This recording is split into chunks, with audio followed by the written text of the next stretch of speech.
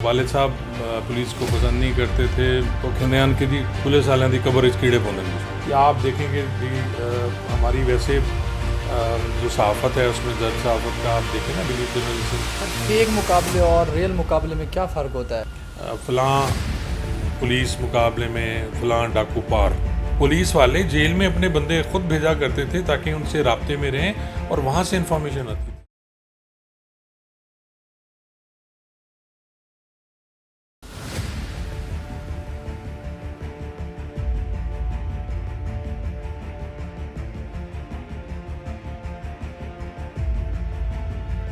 अस्सलाम वालेकुम नाज़रीन, असमतुल्लाह बलोच हाज़िर खिदमत हूँ। आज हम आपकी मुलाकात एक कामयाब पुलिस ऑफिसर से करवाएंगे जिन्होंने 37 साल पुलिस के महकमे में सर्व किया। उसके बाद अब वो लॉयर हैं और उसके साथ साथ यूट्यूबर भी हैं। तो आज हम उनके ऑफ़िस में खड़े हैं, आइए आज उनसे आपकी मुलाकात करवाते हैं।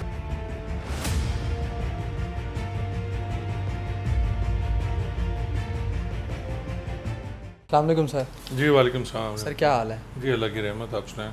अल्हम्दुलिल्लाह। सर मुझे ये बताएं कि 37 साल पुलिस की नौकरी की है तो पुलिस में आने की क्या वजूहात थी? माँ बाप की ख्वाहिश पे आए या वैसे ही आपको शौक़ था?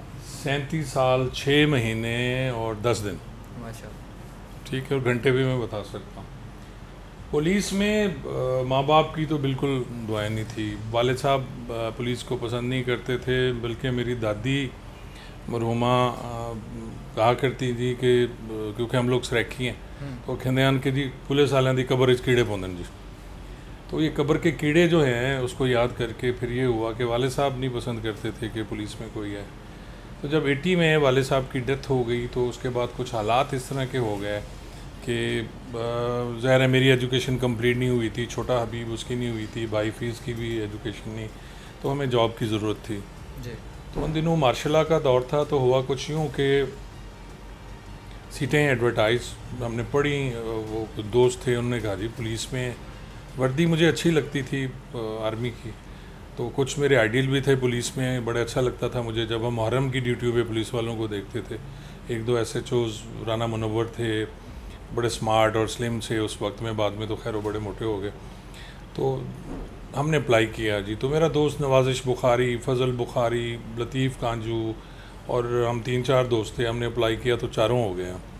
इसलिए कि एजुकेशन भी पूरी थी, मैंने मास्टर्स किया हुआ था उन दिनों, और रनिंग थी जी कोई 5 किलोमीटर की, और फिर कोई साइकिलिंग थी 16 किलोमीटर।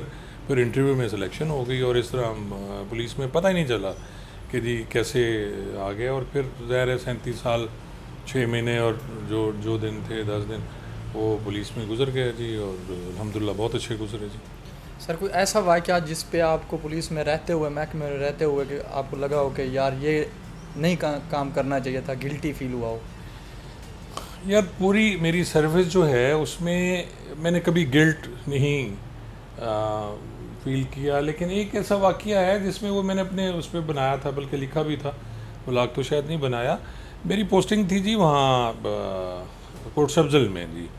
तो एक दिन वहाँ चौहान बिरादरी बैठी हैं सारी, आपको पता है, कोच हैं, चौहान हैं, डिफरेंट जूने हैं, कबा जिस टाइप की कास्ट होती हैं। तो एक उन्होंने कहा जी एक लड़की ने ख़ुदकुशी कर ली है तो आप चलें। तो पहले वो जिस तरह होता है पुलिस वाले जो जूनियर थे चले गए, मैं SHO था मैं भी चला गया।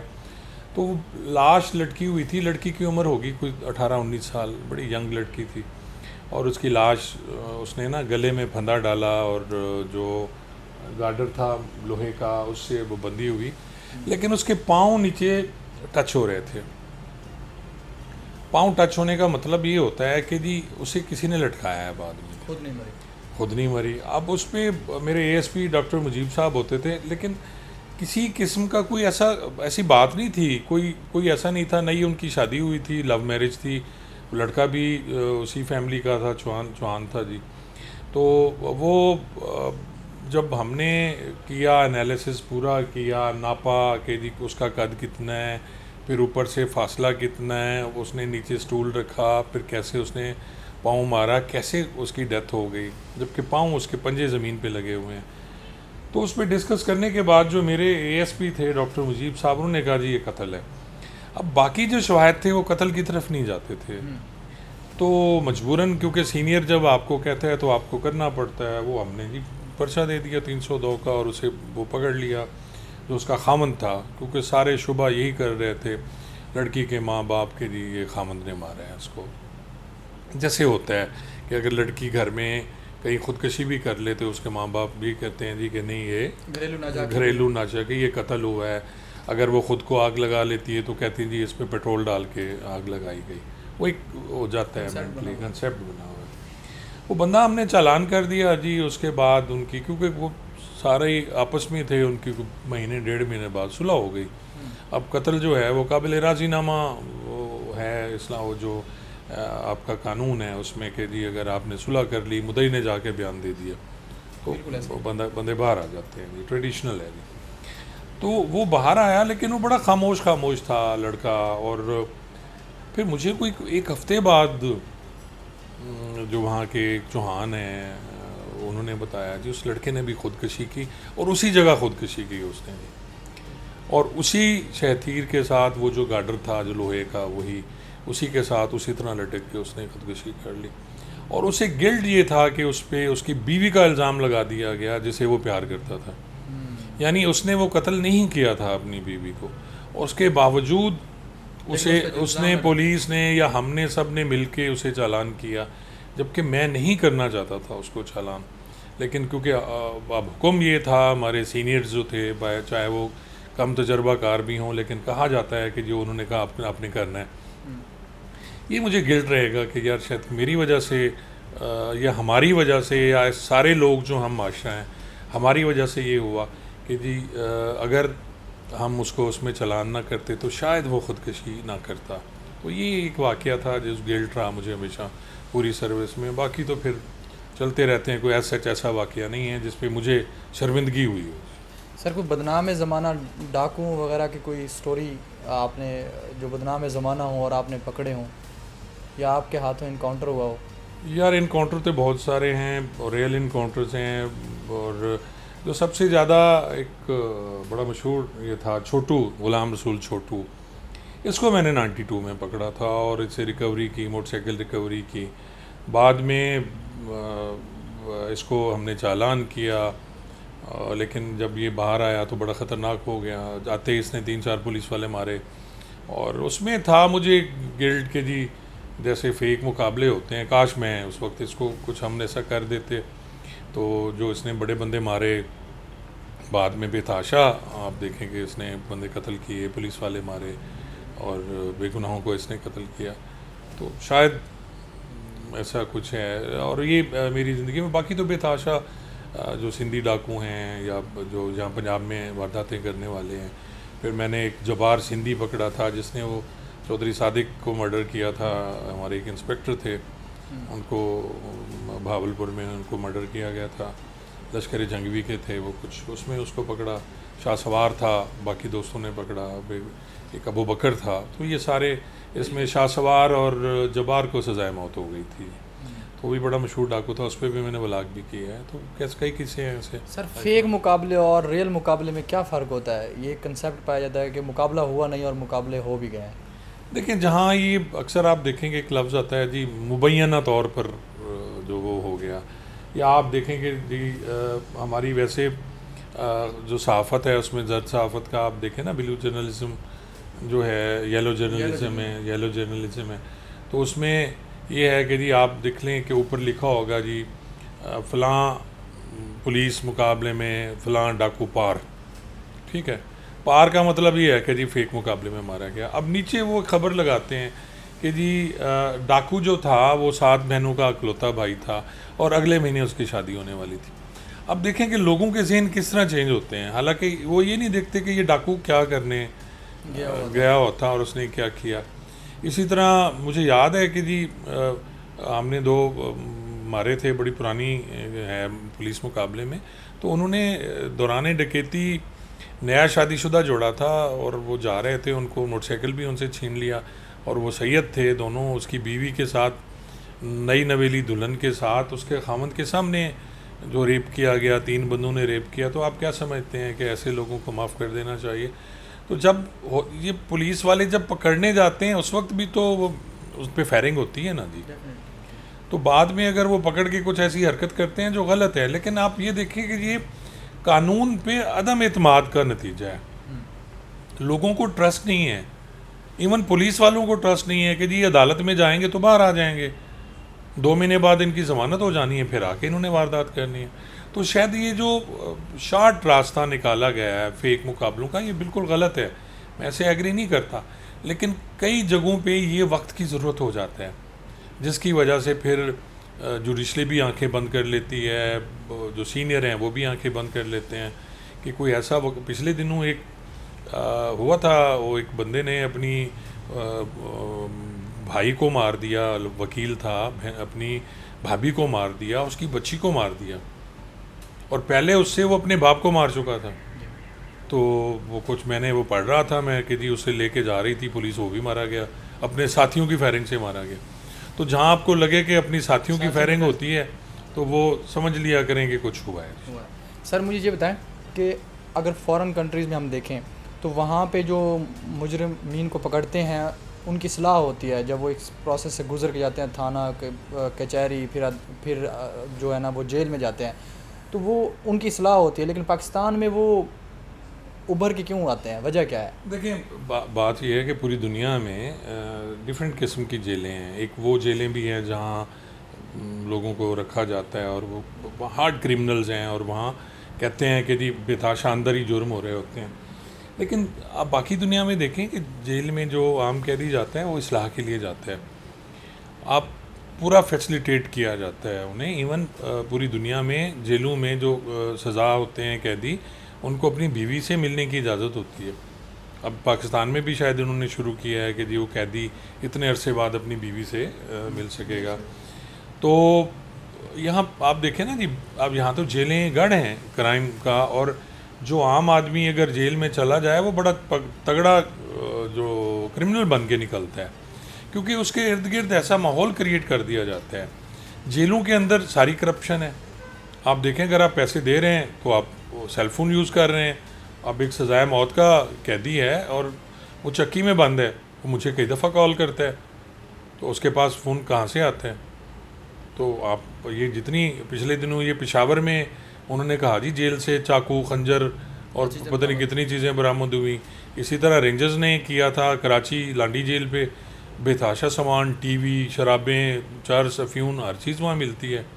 वहाँ तो ये भी कहा है कि लड़कियाँ भी सप्लाई की जाती हैं। पंजाब की जेलें आप देख लें, जेलों में क्या नहीं होता है। अगर आपके पास जेल पैसे हैं आपकी जेब में तो जेल आपके लिए जेल नहीं है। तो अगर घर है, अगर आपके पास, इवन घर भी भेज देते होंगे वो, लेकिन अगर आपके पास पैसे नहीं हैं तो फिर जेल आपके लिए अजाब है। फिर वो जो चक्कियाँ हैं, कसूरी चक्की है, दूसरी चक्की है, फिर आपकी वो जो बैरिक्स हैं, अब उनकी तादाद देख लें, जिस बैरिक में 200 कैदी होने चाहिए वहाँ 1000 कैदी है फैसिलिटेट करने के लिए। और तो वो जो पैसे देगा वो हॉस्पिटल में भी चला जाएगा, वो उसको फैसिलिटेट किया जाएगा। जो नहीं दे रहा तो अंदर रह के, बल्कि मुझे याद है कि जब ये 95 में लश्कर जंगवी और सिपाही साहबा इनके ग्रुप्स काम कर रहे थे, तो हमें जेल में से इन्फॉर्मेशन आती थी। पुलिस वाले जेल में अपने बंदे खुद भेजा करते थे ताकि उनसे राब्ते में रहें, और वहाँ से इन्फॉर्मेशन आती थी। अब भी देख लें कि जितनी डकैतियाँ होती हैं बाहर, इकट्ठे गैंग्स अंदर बनते हैं। अंदर वो कहते हैं ना जी, चरसी दी यारी थी जेल दी यारी इतनी भूल दी। तो चरसी और जेल की यारी जो है ये बड़ी ये ताल्लुक़ होता है और ये देरपा होता है। अंदर ही बैठ के उन्होंने ग्रुप्स बनाने हैं, वहाँ से आना है, बाहर आके फिर उन्होंने इकट्ठे होना है, और इकट्ठे होके कोई उन्होंने प्लान किया होगा बैंक डकैती का। अगर वो आम बकरी चोर है तो बाहर आके वो मोटरसाइकिल छीनेगा, मोटरसाइकिल चोर है तो वो बाहर आके फिर कहेगा जी मैं बैंक डकैती करनी है, क्योंकि उसका जिस से रब्ता होगा। क्योंकि मैंने ये अपनी पूरी सर्विस में देखा है कि जो क्रिमिनल जो एक्ट करता है, जो जुर्म करता है, वही करता है। देखें आप, एक गाड़ी चोर जो है वो हमेशा गाड़ी चोरी करेगा, मोटरसाइकिल चोर हमेशा मोटरसाइकिल चोरी करेगा, लेकिन जो आपका जो डकैती बैंक डकैती करता है वो बैंक डकैती करेगा। जो नकबजन है वो नकबजन ही करते हैं, क्योंकि अपने अपने काम में एक्सपर्ट हो जाते हैं, वो माहिर हो जाते हैं और अपनी महारत यूज़ करते हैं। बल्कि एक मुझे याद है कि एक वो फर्जंद था, उस पर व्लॉग किया मैंने, वो 2 ईंटें निकालता था छत से, अकेला वारदात करता था जी, रस्सी के ज़रिए नीचे जाता था, उसने सेफ तोड़ना, सुनहरे की दुकान पे और फिर उसी तरह रस्सी से चढ़ जाना। 2 ईंटें निकालनी और समझ नहीं आती थी कि ये निकल कैसे जाता है। उसकी जिसामत उससे बड़ी ईंट होगी बस जितनी भी थी, लेकिन वो अपने जिस्म को इस तरह वो मोल्ड कर लेता था कि 2 ईंटें जो छत की हैं उसमें से वो आराम से रस्सी डाल के नीचे जाता, बैंक वो सेफ तोड़ता, सामान ले जाता, वहाँ से फिर निकलता और ऊपर उसी से फिर निकल जाता। सर आप क्या समझते हैं कि पुलिस का निज़ाम, अदालतों का निज़ाम और जेलों का निज़ाम कैसे सेट किया जा सकता है? देखें जी, सबसे बड़ी बात यह है कि जी आपका जो सिस्टम है, जो 1800 जो कवानीन है उनमें चेंज होनी चाहिए। 1861 के कानून हैं, अभी आप देखें ना नया कौन सा कानून बना है, आज तक कानून बन ही नहीं सका, ना इम्प्लीमेंट होता है। फिर जो कानून मौजूद हैं वो भी इम्प्लीमेंट नहीं होते। फिर आप देखें ना, पहले पुलिस को देख लें कि पुलिस ने क्या करना है, चालान करना है, उनको रगड़े देने हैं, पैसे लेने हैं, हर चीज़ के पैसे लेने हैं, जेल में अंदर बिठाने के पैसे, ना बिठाने के पैसे, खाना देने के पैसे, खाना ना देने के पैसे, हथकड़ी लगाने के पैसे, हथकड़ी ना लगाने के पैसे। ये पैसे ऊपर तक जाते हैं कि बस वो? नहीं, ऊपर तक नहीं जाते। ऊपर तक तो अब रिवाज ख़त्म हो गए हैं, अब और चीज़ें बड़ी आ गई हैं। लेकिन ये पैसे आप देखें ना, थाने पे जो तफ्तीशी काम कर रहा है उसे आप फ़ंड तो मिलना नहीं, तो उसने कहीं ना कहीं से तो निकालना है ना यार। आपके जो फंड्स हैं, आपके तफ्तीशी फ़ंड्स मिलते हैं, इन्वेस्टिगेशंस के जो फ़ंड आते हैं वो तो मिलते नहीं तफ्तीशी को। उसने तो फिर आपसे या मुझसे लेने हैं, उसने तो उसी बंदे से वसूल करने हैं ना। वो कहाँ से अपनी जेब से खर्च करेगा?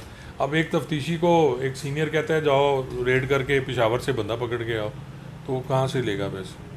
तो वो मुद्दई से लेगा या कहीं बाहर से लेगा, तो वो भी तो उसने इलीगल लेने हैं और अपने अफसर को ओबे करना है। जब मुद्दई है तो फिर मुद्दई पे करेगा जी। तो इस तरह जब तक ये सारे कवानीन चेंज नहीं होते, थाना लेवल बेसिकली करप्शन का गढ़ थाना है। जब तक आप इसे थाने को ठीक नहीं करते उस वक्त तक। और फिर कोर्ट्स को आप देख लें कि कोर्ट्स में वो कहते हैं जी कि आप वकील ना करें जज ले लें, जज वकील हायर ना करें जज हायर कर लें। तो आपका ट्रस्ट ख़त्म हो गया ना जी जज पे, आपका अदलिया पे ट्रस्ट ख़त्म हो गया। तो जब आपका अदलिया पे ट्रस्ट हो गया तो बाकी रह क्या जाता है? तो आप फिर मैनेज करें ना आप, फिर उसे एक वकील करने की ज़रूरत नहीं होती। इवन पुलिस वालों को कोई नहीं मैनेज करता, वो कहते हैं सीधा जज मैनेज करेंगे। तो जब आप जज का नाम लेते ही आपके जहन में करप्शन का नाम आए, जब पुलिस वाले का नाम लेते ही आपके जहन में करप्शन का नाम है, जब आपके MNA जो आपका कानून बनाते हैं, 3 लोग हैं ना जी। देखें, पूरी किसी भी रियासत की बुनियाद 3 सतूनों पे है जी। देखें, पहले है आपकी मुकन्नना, जो कावानीन बनाती है वो MNA साहबान है या MP साहबान है। फिर आ गई आपकी इंतज़ामिया जो आपको उस पर अमल दरामद करती है, वो आपकी पुलिस होगी, DMG हो गए। फिर आ गई अदलिया जो उन्हीं कवानीन को देख के सज़ा या जज़ा करती है। इम्प्लीमेंटेशन तो करेगी आपकी इंतज़ामिया। अब ये तीनों ही अगर आपने ख़रीदने हैं और तीनों के बारे में आपकी राय, अब आप ख़ुद देख लें ना जी। अभी जो लोटे बिके हैं, तो मुनर्रिफ फरकान का क्या है जी, तो सबको पता है बिके हैं, लेकिन कोई नहीं कह सकता बिके हैं। सबको पता है पुलिस में पैसे लेते हैं, कोई नहीं कहता पुलिस पैसे लेती है। सबको पता है जज पैसे लेते हैं, कोई नहीं कहता जी जज लेते हैं। जब तक ये सारा आप चेंज नहीं करेंगे, पूरा सिस्टम नहीं चेंज करेंगे, उस वक्त तक मुश्किल है। सर आपको लगता है कि आप वकील बन के पहले पुलिस ऑफिसर थे, फिर आप वकालत के शोबे से मुंसलिक हो गए हैं, और उसके साथ साथ आप यूट्यूबर भी हैं, वीडियोस भी बनाते हैं, और बहुत सारे लोग आपसे इंस्पायर भी हैं। आपको लगता है कि आप वकील बन के कोई मुस्बत पहलू? देखें, जो पुलिस में रह के मैं बोल नहीं सकता था, जो मेरे ख्यालात थे मैं उनका इजहार नहीं कर सकता था। वकालत में आने के बाद मुझे एक एहसास हुआ कि जी अब मुझे कोई कुछ कह नहीं सकता अगर मैं बोलूँगा, क्योंकि पहले तो मुझे 1 मिनट नौकरी से निकाल दिया जाता ना जी। तो अब मैं डिसिप्लिन फोर्स का बंदा नहीं हूँ, मैं कोई लायर हूँ और आज़ाद मुल्क का आज़ाद शहरी हूँ।